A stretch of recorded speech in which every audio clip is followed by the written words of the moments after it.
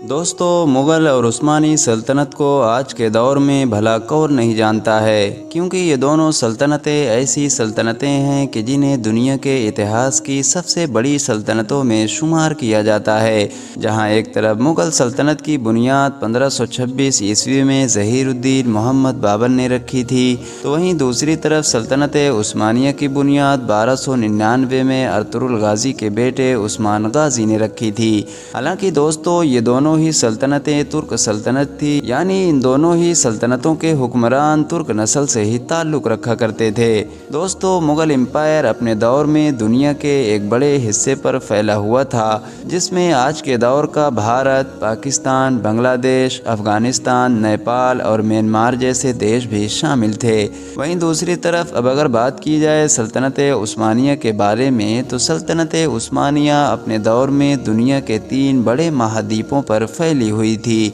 जिसमें Asia, Europe के साथ साथ अफ्रीका भी शामिल हुआ करता था। दोस्तों, सल्तनत उस्मानिया दुनिया के कितने बड़े हिस्से पर फैली हुई थी, इस बात का अंदाज़ा सिर्फ इस बात से लगाया जा सकता है कि जब 20वीं सदी के शुरू में इस सल्तनत को ख़त्म किया गया था, तो इसकी जगह पर बेशुमार नए देशों ने जन्म लिया था। जहाँ एक तरफ मुग़ल सल्तनत 1526 से लेकर 1857 तक यानी 300 या सवा 300 साल ही कायम रह सकी थी, तो वहीं दूसरी तरफ उस्मानी सल्तनत लगभग 600 से 700 साल के एक लंबे दौर तक इस दुनिया में मौजूद रही थी। हालांकि दोस्तों, इन दोनों ही सल्तनतों को अपने दौर में हद से ज़्यादा अमीर भी माना जाता था। फिलहाल दोस्तों, अब बात करते हैं इन दोनों सल्तनतों के बीच के रिश्तों के बारे में, यानी मुग़ल और उस्मानी सल्तनत के बीच रिश्ते कैसे हुआ करते थे। क्या ये दोनों सल्तनतें आपस में एक दूसरे के दोस्त हुआ करती थीं, या फिर इन दोनों के बीच बहुत ख़तरनाक दुश्मनी चल रही थी।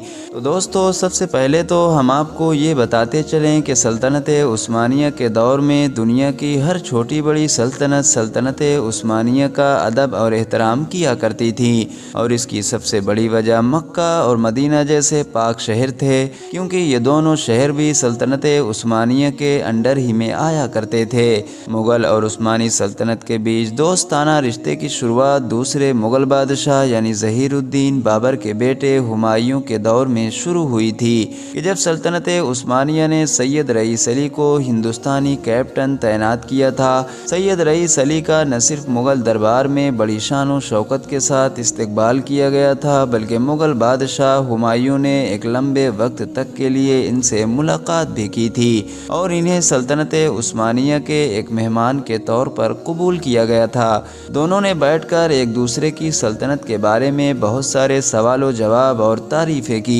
यहाँ तक कि मुग़ल बादशाह हुमायूं ने सैयद रईस अली के ज़रिए से उस वक्त के सल्तनत उस्मानिया के सुल्तान यानी सुल्तान सलीम अव्वल को पैगाम भी भिजवाया था, और इस पैगाम में उनकी हद से ज़्यादा तारीफ़ें की थी, और साथ ही साथ उनकी तरफ दोस्ती का हाथ भी बढ़ाया था। हुमायूं के बाद यानी तीसरे मुग़ल बादशाह यानी अकबर के दौर में भी मुग़ल सल्तनत की तरफ से उस्मानी सल्तनत की तरफ कई ख़त रवाना किए गए थे, लेकिन अकबर के दौर में सल्तनत उस्मानिया और मुग़ल सल्तनत के बीच दोस्ती नहीं रह सकी थी, और इसकी सिर्फ़ और सिर्फ एक ही वजह थी, और वो वजह ये थी कि अकबर ने अपने दौर में दीन इलाही नाम का एक नया धर्म ईजाद किया था, जिसकी वजह से सल्तनत उस्मानिया अकबर से हद से ज़्यादा नाराज़ थी, क्योंकि सल्तनत उस्मानिया तो एक मुस्लिम सल्तनत थी। अकबर के बाद चौथे मुग़ल बादशाह यानी जहांगीर के दौर में तो सल्तनत उस्मानिया और मुग़ल सल्तनत के बीच सबसे ख़राब रिश्ते थे, बल्कि जहांगीर के बारे में तो ये भी कहा जाता है कि वो सल्तनत उस्मानिया से हद से ज़्यादा नफ़रत किया करता था, जिसका सबूत उसकी लिखी हुई किताब में भी मिलता है। इसने अपनी किताब में एक जगह पर यह लिखा है कि मुग़ल सल्तनत उस्मानिया से बढ़कर हैं, यानी मुग़लों का मर्तबा सल्तनत उस्मानिया से कहीं ज़्यादा है। बहुत सारे एक्सपर्ट्स का ये भी मानना है कि जहांगीर ने अपने असली नाम यानी सलीम को इसलिए भी नहीं अपनाया था, क्योंकि ये सल्तनत उस्मानिया के पहले खलीफा का भी नाम हुआ करता था। हालांकि दोस्तों, जहांगीर के बाद आने वाले मुग़ल बादशाह यानी शाहजहां के जो ताज महल जैसी खूबसूरत इमारत की वजह से आज पूरी दुनिया में मशहूर हैं, उन्होंने अपने दौर में सल्तनत उस्मानिया से रिश्ते संभालने की भरपूर कोशिश की थी और उनके दौर में दोनों सल्तनतों के बीच कई बार ख़तों के ज़रिए से राब्ता भी हुआ था। शाहजहां ने उस्मानियों से उन ईरानियों के ख़िलाफ़ फ़ौजी मदद भी मांगी थी कि जिन ईरानियों ने मुग़ल सल्तनत के एक इलाके यानी कंधार पर कब्ज़ा कर रखा था।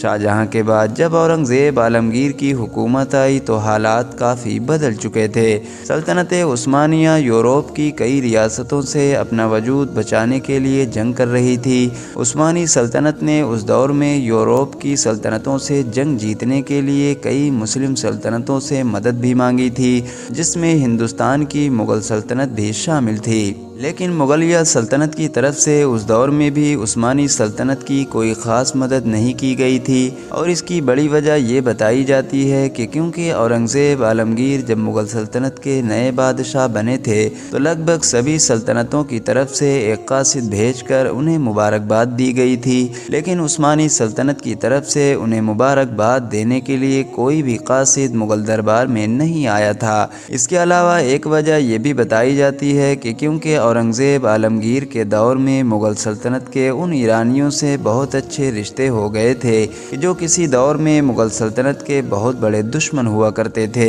और यही ईरानी सल्तनत उस्मानिया के भी हमेशा से ही दुश्मन रहे थे और शायद यही वजह थी कि उस्मानियों से नज़दीकियाँ बढ़ाकर औरंगज़ेब आलमगीर ईरानियों से दुश्मनी मोल लेना नहीं चाहते थे। औरंगज़ेब आलमगीर के बाद तो हम सभी लोग जानते हैं कि मुग़ल सल्तनत की ऊंचाइयों का सूरज डूबना शुरू हो गया था और इस मुग़ल सल्तनत में पैदा होने वाले ज़्यादातर शहज़ादों ने पॉलिटिक्स और जंगों से ज़्यादातर अय्याशियों में दिलचस्पी लेना शुरू कर दी थी, जिसकी वजह से ये सल्तनत 1857 ईस्वी में पूरी तरह से ख़त्म हो गई थी। फ़िलहाल दोस्तों, आज की अपनी वीडियो को हम यहीं पर ख़त्म करते हैं। वीडियो पसंद आने की सूरत में न सिर्फ वीडियो को लाइक करें बल्कि अपने फ्रेंड्स के साथ भी ज़रूर शेयर करें और ऐसे ही हिस्टोरिकल और नॉलेजेबल वीडियोस हमेशा पाने के लिए हमारे इस चैनल को सब्सक्राइब करने के साथ साथ बेल आइकन को भी ज़रूर प्रेस कर दें।